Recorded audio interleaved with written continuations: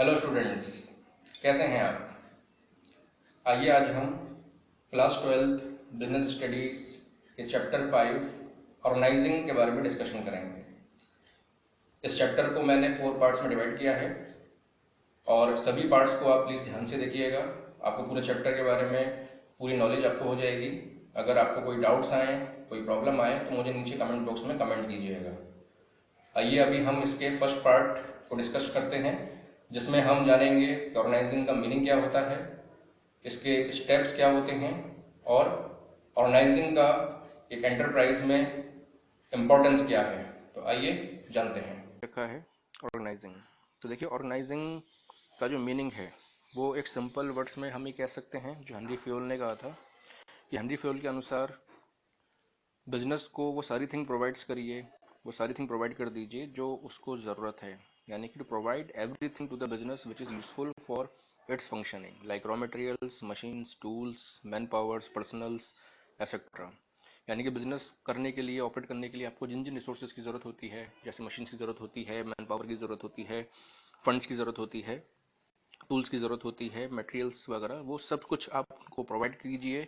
तो प्रोवाइड करना जो है, उनको अरेंज करना ही ऑर्गेनाइजिंग कहलाता है। तो ऑर्गेनाइजिंग जो है, it refers to the process of identifying and grouping various activities and bringing together various resources for the achievement of specific goals। यानी कि ऑर्गेनाइजिंग एक ऐसा प्रोसेस है जिसमें हम सबसे पहले हमारे ऑर्गेनाइजेशन में जो जो काम होगा, जो जो एक्टिविटीज़ होंगी, हम सबसे पहले उसको आइडेंटिफाई करेंगे। उसको आइडेंटिफाई करना, और आइडेंटिफाई करने के साथ साथ जो एक्टिविटीज़ होंगी, तो उन सबको उस एक्टिविटीज़ के अनुसार उनको ग्रुपिंग करना, और ग्रुपिंग करने के साथ साथ जो रिसोर्सेज की उसमें नीड होती हैं, जो ज़रूरत होती हैं अपने गोल्स को पूरा करने के लिए, उसको सब एक साथ अरेंज करके एक साथ लेके आना, यानी उनको गेट टुगेदर करना। ये चीज़ ही ऑर्गेनाइजिंग है। यानी कि ऑर्गेनाइजिंग का जो मेन जो ऑब्जेक्टिव है वो ये है, एक बड़े काम को, क्योंकि ऑर्गेनाइजिंग में जो काम होते हैं बहुत बड़े बड़े होते हैं, बहुत सारे काम होते हैं, और एक इतना सारा काम जो है वो एक ही आदमी, एक ही पर्सन से हम नहीं करा सकते। तो इसीलिए हम उस बड़े काम को छोटे छोटे पार्ट्स में डिवाइड कर दें, divide the total work into well defined jobs with proper coordination and cooperation among the employees and the higher authorities in the organisation. यानी कि उस बड़े काम को हम छोटे छोटे पार्ट्स में डिवाइड करें, और डिवाइड करने के साथ साथ जो व्यक्ति जिस काम को बेहतर कर सकता है उसको उस काम में लगा के प्रॉपर कोऑर्डिनेशन के साथ और कोऑपरेशन के साथ हम एम्प्लॉयज़ से वो काम करवाएं, जिसमें जो हायर अथॉरिटीज़ होंगी ऑर्गेनाइजेशन की, वो हायर अथॉरिटीज़ उनको कोऑपरेट करेंगी, कोऑर्डिनेट करेंगे उनके काम को, और उनके काम को करवाने में उनकी हेल्प करेंगे। तो ये जो है, इसी को ऑर्गेनाइजिंग कहा जाता है। जैसे आप देख रहे होंगे, ये चार्ट है, ये एक कंपनी है, कंपनी का एक सीईओ है। तो सीईओ के ऊपर कंपनी को रन करने की जिम्मेदारी है, काम करवाने की जिम्मेदारी है। तो उसने क्या किया है, बड़े टास्क को छोटे पार्ट्स में डिवाइड किया है, और छोटे छोटे पार्ट्स में डिवाइड करने के साथ साथ उसने हर एक जो वर्क है उसका डिपार्टमेंट बनाया, और डिपार्टमेंट में एक हेड अपॉइंट कर दिया, और वो जो हेड है वो उस पूरे डिपार्टमेंट के लिए कंट्रोलिंग करेगा, मैनेजमेंट करेगा। यानी कि पूरी जिम्मेदारी उस हेड की है, और मेन जो जिम्मेदारी है वो सीईओ की है। जैसे उसने मार्केटिंग अलग किया, मार्केटिंग और सेल्स में उसने मैनेजर को अपॉइंट किया, जो मार्केटिंग और सेल्स की पूरी जिम्मेदारी अपने ऊपर लेगा। प्रोडक्शन को अलग डिपार्टमेंट बनाया, प्रोडक्शन में उसका हेड प्रोडक्शन मैनेजर को बना दिया, जो प्रोडक्शन को संभालेगा, पूरे ऑर्गेनाइजेशन के प्रोडक्शन को संभालेगा, पूरी जिम्मेदारी उसी की रहेगी। फाइनेंस मैनेजर को फाइनेंस के लिए रखा गया, जो प्रोडक्शन, जो बिजनेस में, ऑर्गेनाइजेशन में जो भी फंड्स होंगे, जो पैसा आएगा, वो पैसों की पूरी जिम्मेदारी उसी की होगी। यानी कि कैसे किस तरीके से पैसे आएंगे, फंड्स आएंगे, वो सुनिश्चित वही करेगा। और ह्यूमन रिसोर्स के लिए मैनेजर बनाया, ह्यूमन रिसोर्स मैनेजर, जो ऑर्गेनाइजेशन में जो मैन पावर आएगी, जो मेट्री, जो ह्यूमन रिसोर्स आएगा, जो बेस्ट ऑप्टिमम जो एक मैन पावर आएगी, उसकी जिम्मेदारी उसी के ऊपर है कि किस प्रकार वो ह्यूमन रिसोर्सेज को, एम्प्लॉयज़ को, वर्कर्स को मोटिवेट करे, उनको ट्रेनिंग दे। ये सारा काम उसके ऊपर रहेगा। जो परचेसिंग मैनेजर है उसका काम परचेस का रहेगा, यानी कि वो परचेस जो भी है बेस्ट क्वालिटी का माल परचेस करेगा, रॉ मटेरियल परचेस करेगा, जिससे अच्छा प्रोडक्शन होगा और अच्छी क्वालिटी का गुड्स प्रोड्यूस होगा। तो इसकी सारी जिम्मेदारी उस परचेसिंग मैनेजर की होगी। और पब्लिक रिलेशन मैनेजर की, ऑर्गेनाइजेशन की जो इमेज है वो पब्लिक में अच्छी बनी रहे, उनकी गुड्स की अच्छी मार्केटिंग हो सके, अच्छी सेल्स हो सके, तो उसकी सारी जिम्मेदारी उसके ऊपर रहेगी। यानी कि कुल मिला के मेन काम ऑर्गेनाइजिंग का है, ऑर्गेनाइजेशन का है कि ऑर्गेनाइजेशन को कैसे आगे बढ़ाया जाए।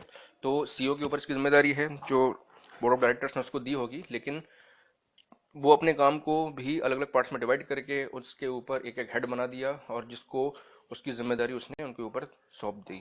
तो इस तरीके से ऑर्गेनाइज किया गया काम को, कोऑर्डिनेट किया गया, इंटीग्रेट किया गया। तो ये जो चीज़ है, इसी को ऑर्गेनाइजिंग कहा जाता है। एक और डेफिनेशन इसकी देखते हैं हम, देखिए इसमें है कि organising can be defined as identifying and grouping different activities in the organisation and bring together the physical, financial, and human resources to establish most productive relations for the achievement of specific goals of organization। यानी कि organising को हम एक ऐसे भी define कर सकते हैं कि ऑर्गेनाइजिंग का मतलब होता है पहले हम आइडेंटिफाई करें कि ऑर्गेनाइजेशन में क्या क्या एक्टिविटीज़ होंगी, उनको ग्रुपिंग करें हम क्या क्या एक्टिविटीज़ होंगी, और उससे रिलेटेड जो भी आपको रिसोर्सेज की ज़रूरत है उन सभी रिसोर्सेज को आप लेके आएंगे, उनको अरेंज करेंगे, गेट टुगेदर करेंगे। आपको फिजिकल रिसोर्सेज की ज़रूरत है, फिजिकल रिसोर्सेज आप लेके आएंगे, फाइनेंशियल रिसोर्सेज की ज़रूरत है, फाइनेंशियल रिसोर्सेज लेके आएंगे, ह्यूमन रिसोर्सेज लेके आएंगे, जिससे कि हम और उन सब के साथ साथ हम उसमें मोस्ट प्रोडक्टिव रिलेशन जरूर मेंटेन करके रखेंगे। यानी कि सिर्फ रिसोर्सेज को लाने से काम नहीं चलेगा, रिसोर्सेज को यूज में लाना है और किस तरीके से बेस्ट यूज उसका हो सकता है, ये सब जो है जो हम रिसोर्सेज यूज कर रहे हैं वो मैन पावर संभालेगा, मैन पावर देखेगा। तो इस सब की जिम्मेदारी जो हेड्स है उनकी होती है, और ये सब करके हम ऑर्गेनाइजेशन का जो हमारा गोल है, जो हमारा टारगेट है कि हमें ये अचीव करना है, तो उसको हम अचीव कर सकते हैं। तो मेन यही ऑर्गेनाइजिंग कि आपको पहले प्लानिंग के अनुसार जो हमने प्लानिंग की है उसके अनुसार हम अपनी सभी रिसोर्सेज को अरेंज करें, उनको लेके आएँ, गेट टुगेदर करें, जुटाएं और उनको फिर मोस्ट प्रोडक्टिव यूजेस में उनको डिवाइड कर दें, और डिवाइड करने के साथ साथ उनको काम पे लगाएं। तो ये चीज़ ही ऑर्गेनाइजिंग कहलाती है। इसमें अकॉर्डिंग टू जी.आर. टेरी जिन्होंने अपनी ऑर्गेनाइजिंग डेफिनेशन दी है, उसके अनुसार जो ऑर्गेनाइजिंग है उसका मतलब है कि organising is establishment is the establishing of effective authority relationship among selected work persons and workplace in order for group to work together efficiently। यानी ऑर्गेनाइजिंग जो है एक इफेक्टिव अथॉरिटी रिलेशनशिप होती है, जिसमें कि जो अथॉरिटीज होती हैं, जो कि जो सीनियर और जो सबॉर्डिनेट होता है उनके बीच में एक इफेक्टिव रिलेशनशिप होना चाहिए, जिससे कि जो भी वर्क उनको दिया जाए वो सही प्लेस में और सही तरीके से पूरा किया जाए। यानी कि वर्क एफिशिएंटली, यानी कि एफिशिएंटली काम कराना ही ऑर्गेनाइजिंग कहलाता है। तो इसलिए इसको हम ऑर्गेनाइजिंग एज ए स्ट्रक्चर और प्रोसेस भी कह सकते हैं। देखिए ऑर्गेनाइजिंग को एज ए स्ट्रक्चर प्रोसेस की तरह हम डिफाइन कर सकते हैं। देखिए ऑर्गेनाइजिंग को एज ए स्ट्रक्चर हम जो कहते हैं वो इसको वर्टिकल और हॉरिजॉन्टल रिलेशनशिप्स के आधार पर कहते हैं। यानी कि ऑर्गेनाइजिंग को वर्टिकल रिलेशनशिप और हॉरिजॉन्टल रिलेशनशिप के आधार पर कह सकते हैं। वर्टिकल का मतलब होता है एक लाइन ऑफ कंट्रोल, यानी कि लाइन ऑफ अथॉरिटी होती है। जैसे अभी चार्ट देख रहे हैं, जैसे कि यहाँ पे एक सीईओ है, तो सीईओ ने ऑर्डर दिया, उसने क्या है कि अपने अपने डिपार्टमेंट्स डायरेक्टर्स अपॉइंट किए हैं। एक फाइनेंस का डायरेक्टर है, एक एचआर का डायरेक्टर है, एक डायरेक्टर ऑफ मार्केटिंग है और एक ऑपरेशंस का है। तो उसने क्या किया है, सबको अपना अपना एक मार्केटिंग का उसने मैनेजर बनाया। जो मार्केटिंग है, मार्केटिंग वाले ने, जो डायरेक्टर है मार्केटिंग का, उसने अपने नीचे 3 मैनेजर्स बनाए हैं, उसने रीजन वाइज उसको बांट दिया है। तो वो जो मैनेजर्स हैं उसके नीचे अपनी टीम वो रखेंगे, अपॉइंट करेंगे, और वो जो टीम की पूरी जिम्मेदारी उनके ऊपर रहेगी। तो जो कंट्रोलिंग जो चल रही है, जो जो अथॉरिटी चल रही है, वो टॉप से डाउन की ओर चल रही है। यानी कि इसमें ऑर्डर्स का जो फ्लो हो रहा है वो टॉप से डाउन की ओर हो रहा है। यानी कि सीईओ जो है ऑर्डर दे रहा है अपने नीचे वालों को, डायरेक्टर्स को, और डायरेक्टर्स जो ऑर्डर्स दे रहे हैं वो अपने नीचे वाले मैनेजर्स को ऑर्डर्स दे रहे हैं, और मैनेजर्स जो उनके नीचे जो भी सबॉर्डिनेट्स होंगे उनको ऑर्डर दे रहे हैं। और रिस्पॉन्सिबिलिटी सबकी है, और वो लोग अपने काम के लिए पूरे पूरे जिम्मेदार रहेंगे और आंसरेबिलिटी वो लोग करेंगे। तो इस तरीके से जो हम ऑर्गेनाइजिंग को डिवाइड करते हैं, जो डिस्ट्रीब्यूट करते हैं, उसको स्ट्रक्चर कहा जाता है। यानी कि इसको ऑर्गेनाइजिंग एज ए स्ट्रक्चर कहा गया है। और साथ ही साथ एज ए प्रोसेस भी होता है ऑर्गेनाइजिंग। तो ऑर्गेनाइजिंग को एज ए प्रोसेस में हम दो तरीके से डिफाइन कर सकते हैं। एक ऑर्गेनाइजिंग एज ए डिफरेंशिएशन होता है और एक इंटीग्रेशन होता है। देखिए डिफरेंशिएशन का मतलब क्या है? डिफरेंशिएशन का मतलब होता है डिवाइड करना। यानी कि हम एक बहुत बड़े टास्क को अलग अलग पार्ट्स में डिवाइड कर लेंगे। जैसे मान लीजिए कोई कंपनी है, ये कंपनी एक रियल एस्टेट का काम करती है। तो रियल एस्टेट के काम यानी कि वो कॉलोनीज वगैरह बनाती है, बिल्डिंग्स बनाती है। तो बिल्डिंग्स वगैरह बनाती है, तो उसने क्या किया है, सारा काम एक आदमी नहीं कर सकता, सीईओ नहीं कर सकता। तो उसने अपने काम को इतने पार्ट्स में डिवाइड कर लिया डायरेक्टर्स में, और डायरेक्टर्स ने अपने नीचे मैनेजर्स रखे हैं, और मैनेजर्स अपने नीचे टीम बना के काम कर रहे हैं। तो उन्होंने जो बड़ा सा काम है, जो बड़ा टास्क है, उसको छोटे पार्ट्स में डिवाइड किया है, स्मॉलर टास्क में, और स्मॉलर टास्क के अनुसार काम को बांट दिया गया है। और जो व्यक्ति जिस काम को करने में एक्सपर्ट है, जो स्किल्स है, जिसकी जिसकी एबिलिटी है, उसको वही काम दिया जाएगा, जिससे कि वो उसको और बेहतर तरीके से कर सकता है, इंजॉय करके कर सकता है। तो इस तरीके से क्या होता है, वर्कर्स की एबिलिटी और ज़्यादा बढ़ती है, वो अपने काम में एक्सपर्ट होते चले जाते हैं। तो ये है डिफ्रेंसिएशन कि ऑर्गेनाइजिंग को हम एज ए डिफ्रेंसिएशन कर सकते हैं, और एक साथ इसमें इंटीग्रेशन भी होता है। इंटीग्रेशन का मतलब होता है एकीकरण, यानी कि एक कर देना। तो देखिए जो काम डिवाइडेड किया गया था अलग अलग पार्ट्स में, अलग अलग फॉर्म में, लेकिन उन सब का एक कॉमन गोल होगा ऑर्गेनाइजिंग की सक्सेस करना, ऑर्गेनाइजेशन की सक्सेस करना, संस्था की सक्सेस करना, और वो काम कौन करेगा, उन सबको इंटीग्रेट करके ही किया जाएगा। यानी कि उनके मन में कहीं से भी ये फीलिंग नहीं आनी चाहिए कि हम अपना काम कर रहे हैं, बस अपने डिपार्टमेंट के लिए काम कर रहे हैं। उनके मन में ये फीलिंग होनी चाहिए कि भले ही हमारे डिपार्टमेंट अलग हैं, लेकिन हम काम ऑर्गेनाइजेशन के लिए कर रहे हैं, कि हमारे ऑर्गेनाइजेशन की सक्सेस हमारी पहली प्रायोरिटी होनी चाहिए। तो ये सारा काम इंटीग्रेशन कहलाता है, कि उनको बांध के रखना और उन सबको एक कॉमन गोल की ओर मोटिवेट करना। और ये सारा काम सीईओ का होगा। जो सीईओ होगा वो इन सबको बांध के रखेगा, डायरेक्टर्स को, मैनेजर्स को, और उनको हमेशा कॉमन गोल के लिए बताता रहेगा। तो इस तरीके से हम ऑर्गेनाइजेशन को, ऑर्गेनाइजिंग को एज ए प्रोसेस कहते हैं, जो कि डिफरेंशिएशन है और इंटीग्रेशन है। ओके, अब देखिए, अब इसमें आते हैं स्टेप्स। देखिए, ऑर्गेनाइजिंग जो की जाती है उसमें कुछ स्टेप्स हमें फॉलो करने पड़ते हैं, जो कि इन 4 स्टेप्स के थ्रू होते हैं। देखिए, ऑर्गेनाइजेशन जब हम करते हैं तो उसमें 4 स्टेप्स बनाए जाते हैं। तो सबसे पहला जो स्टेप है, इसको आप शॉर्ट में आइडिया याद कर सकते हैं। देखिए, आइडिया जैसे है, तो देखिए ऊपर वाला जो फर्स्ट है उसमें आई आ जाएगा, सेकंड में डी आ जाएगा, डिपेंडलाइजेशन, और थर्ड में इसमें आप ई ना करके ए करिए, और ए के बाद ई करिए, तो आई डी ए ई हो जाएगा। तो देखिए, सबसे पहला जो स्टेप रहता है वो रहता है identification and division of work. दूसरा स्टेप रहेगा ग्रुपिंग एंड जॉब डिपार्टमेंटलाइजेशन, यानी कि जॉब को ग्रुपिंग करना और डिपार्टमेंटलाइजेशन करना। तीसरा रहेगा असाइनमेंट ऑफ ड्यूटीज, और चौथा रहेगा एस्टेब्लिशिंग रिपोर्टिंग रिलेशनशिप। ठीक है, तो आइए इसका विस्तार से जानते हैं।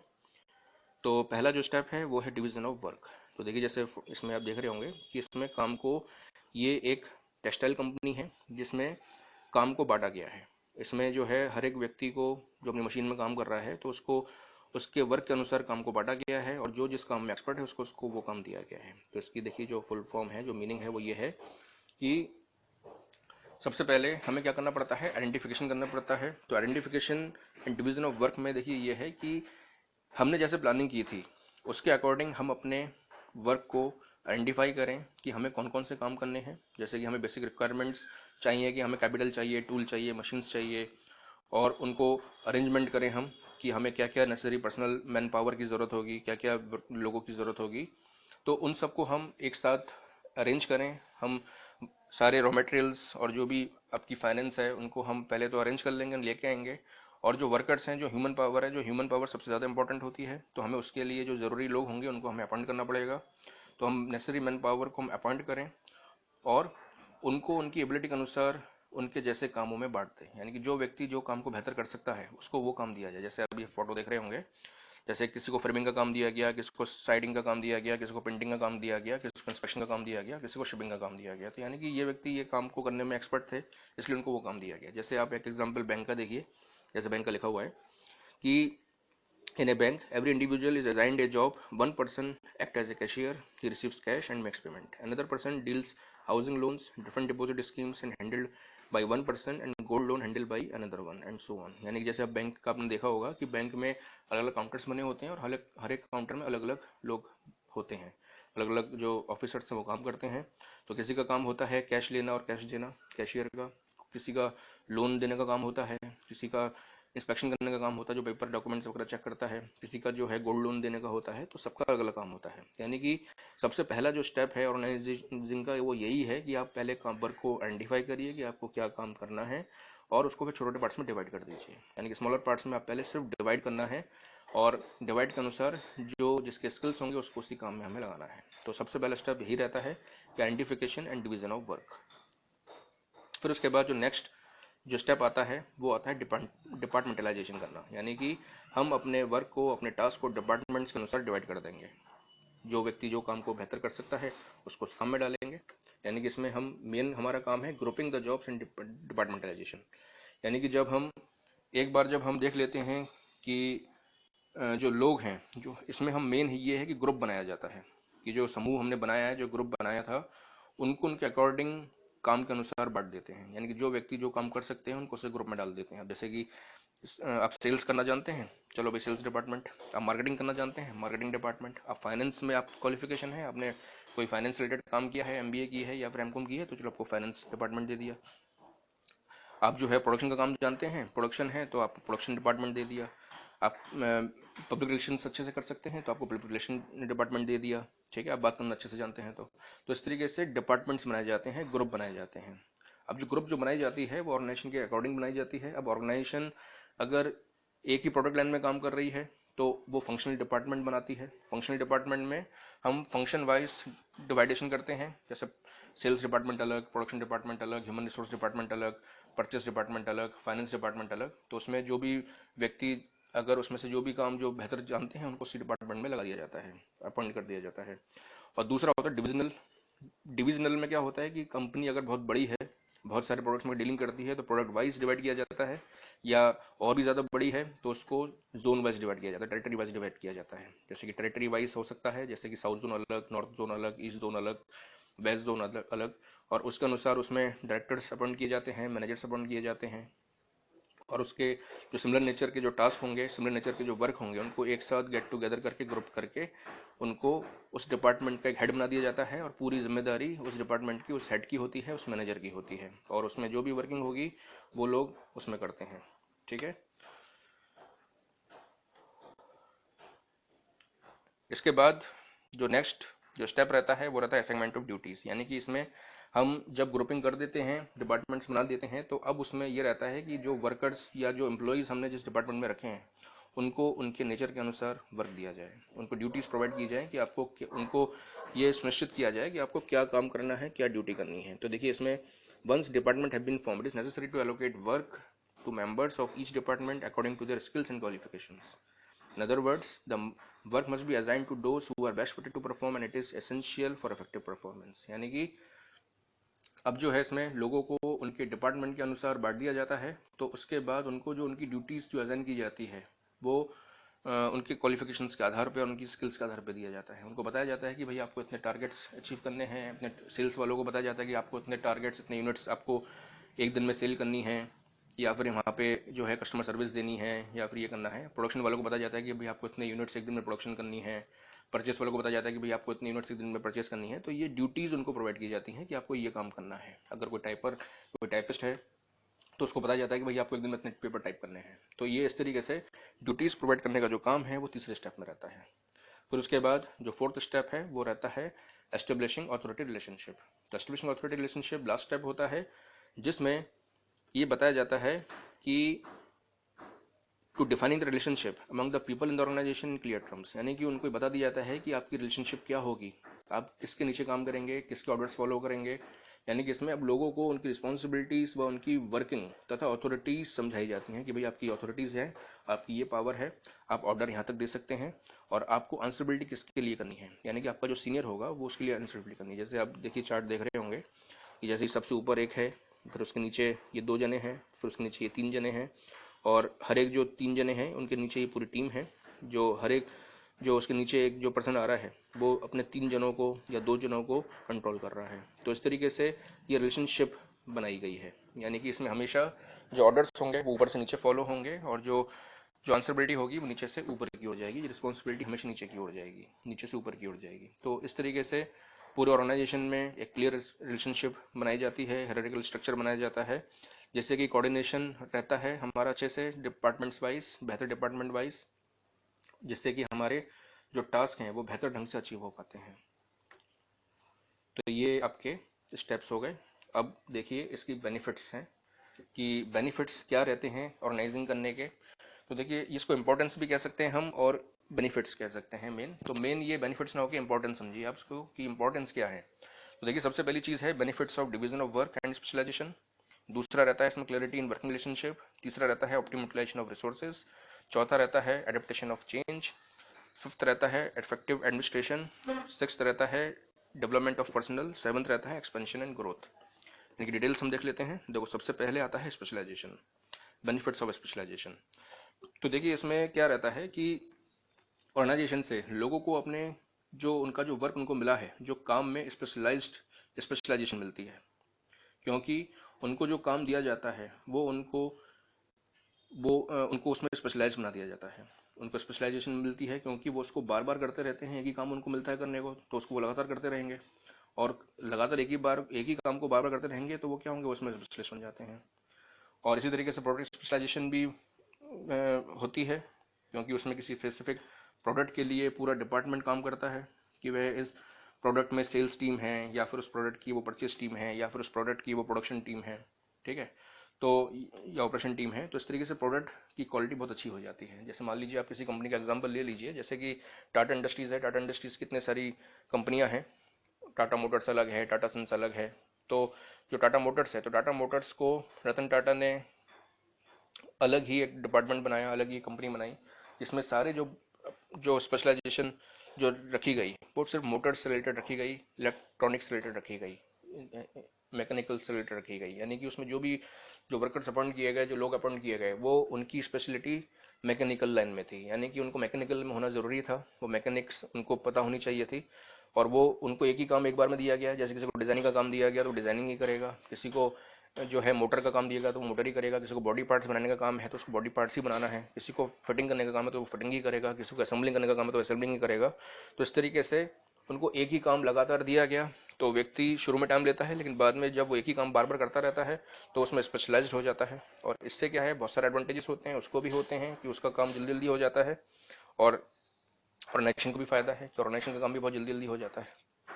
तो ये फायदे मिलते हैं, benefits of division of work in specialisation. अब सेकंड पॉइंट है क्लेरिफाइज अथॉरिटी एंड पावर। ठीक है, तो देखिए इसमें क्या है कि जो एक ऑर्गेनाइजेशन स्ट्रक्चर होगा, एक good organisation structure honours the principle of unity of command which specify who's to report to whom. यानी कि ऑर्गेनाइजेशन में जब जब लोगों को पता रहता है कि भाई हमारी वर्किंग रिलेशनशिप क्या है, हमें किसके नीचे काम करना है, हमें किसके ऑर्डर्स फॉलो करने हैं, हमें कौन ऑर्डर देगा, तो जब लोगों को ये बात पता रहती है कि भाई हमारा सीनियर यही है, हमारा बॉस यही है, हमें हमें इसी से ऑर्डर लेने हैं, तो उनके मन में जो कन्फ्यूजन होती है, जो कॉम्प्लेक्सिटी होती है कि पता नहीं हमें किससे बात करनी है, हमें किसके ऑर्डर्स फॉलो करने हैं, तो वो उनके मन से निकल जाती है। उनके सब कुछ उनके पास फिक्स रहता है कि हमें इन्हीं के ही ऑर्डर फॉलो करने हैं और हमें इन्हीं को ही अपने टारगेट्स पूरे करके आंसरेबिलिटी इन्हीं को देनी है। यानी कि इसमें ये संदेह खत्म हो जाता है कि हमें किसके लिए काम करना है, हमें किसको जवाब देना है, हमें हमारे कौन जो है हमसे ऑर्डर्स लेगा या फिर हमसे कौन पूछेगा, तो ये चीज़ उनके मन से निकल जाती हैं।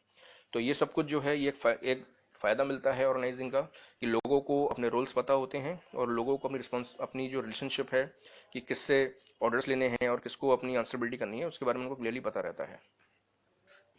और फिर तीसरी बात है ऑप्टिमाइजेशन ऑफ रिसोर्सेज। तो देखिए ऑर्गेनाइजेशन करने से जो रिसोर्सेज ऑर्गेनाइजेशन की होती हैं उनको ऑप्टिमम तरीके से यूटिलाइज कर सकते हैं हम। देखिए जैसे लिखा हुआ है कि organising leads to proper usages of all material. Organisation में जो भी मटेरियल्स हैं, लाइक फाइनेंशियल मटेरियल हो गया, ह्यूमन रिसोर्स हो गया, फिजिकल रिसोर्स हो गया, तो उनका जो है प्रॉपर असाइनमेंट रहता है, प्रॉपर यूटिलाइजेशन होता है। यानी कि लोगों को, एम्प्लॉयज़ को पता रहता है कि भाई हमें इतने रिसोर्सेज एक दिन में मिलेंगे और हमें इतने रिसोर्सेज से ही अपने आउटपुट्स पूरे करने हैं, हमें एक्स्ट्रा नहीं मिल सकते।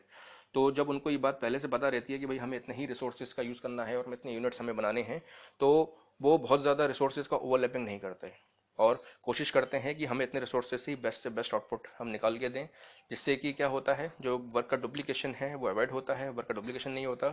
यानी कि एक व्यक्ति एक ही काम कर रहा है, दूसरे व्यक्ति को उसमें नहीं लगाया गया है, तो एक व्यक्ति अपना उतना ही काम करता है जितना उसको बोला गया है और उतना ही आउटपुट वो देता है, कोई दूसरा व्यक्ति वो काम नहीं करेगा, जिससे कि वर्क का ओवरलैपिंग नहीं होता और साथ ही साथ डुप्लीकेसी नहीं होती। यानी कि हर तरीके से वर्कर्स के माइंड से कंफ्यूजन, मिनिमाइजिंग वेस्टेज सब कुछ दूर हो जाता है।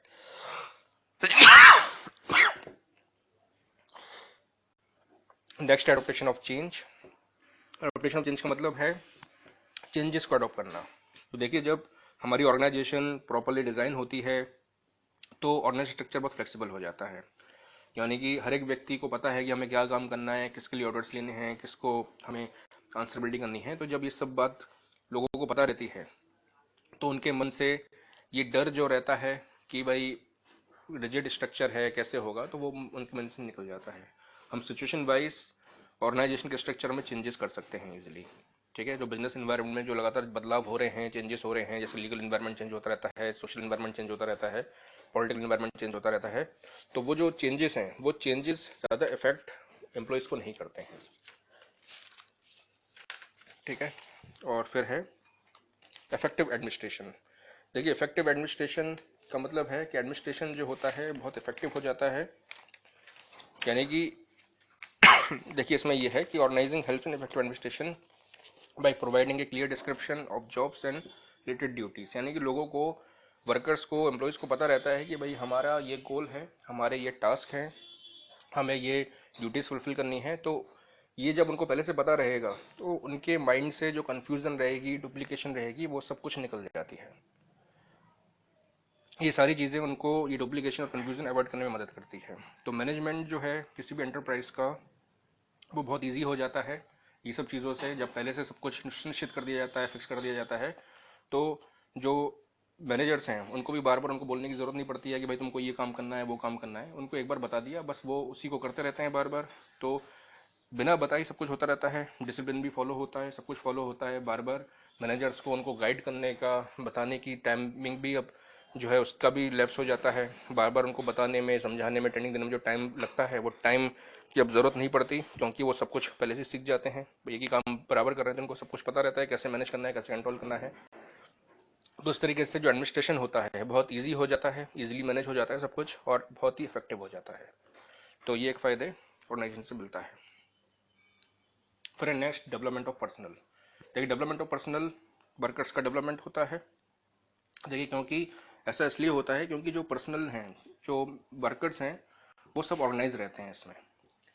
तो जो सुपीरियर्स होते हैं और जो मैनेजर्स होते हैं, वो अपने टास्क या वर्क को अपने सबॉर्डिनेट्स या जूनियर्स में ट्रांसफर कर देते हैं, जिससे कि जो सबॉर्डिनेट्स हैं उनका मनोबल बढ़ता है।